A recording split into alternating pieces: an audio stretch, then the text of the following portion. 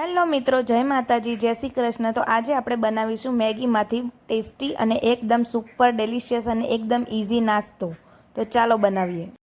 તો મિત્રો, આ વસ્તુ બનાવવા માટે આપણે એક પેકેટ જોઈશે મેગીનો મસાલો, ડુંગળી, ટામેટું, લસણ, મરચાં અને ચોખા, આટલી વસ્તુ જોઈશે। તો ચાલો આપણે બનાવીએ।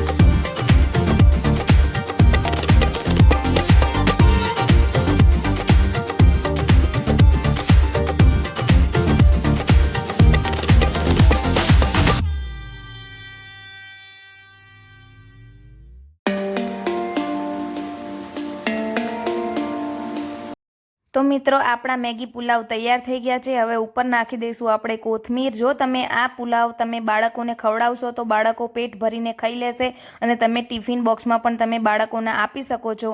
તો વિડીયો ગમ્યો હોય મિત્રો તો લાઇક કરતા જાઓ અને મેગી પુલાવ કેવા બન્યા એ કોમેન્ટ જરૂરથી કરજો। તમે કઈ રીતે બનાવો, જો વધેલી બીજી આવી અવનવી રેસીપીઓ જોવા માટે મને સબસ્ક્રાઈબ જરૂરથી કરજો મિત્રો।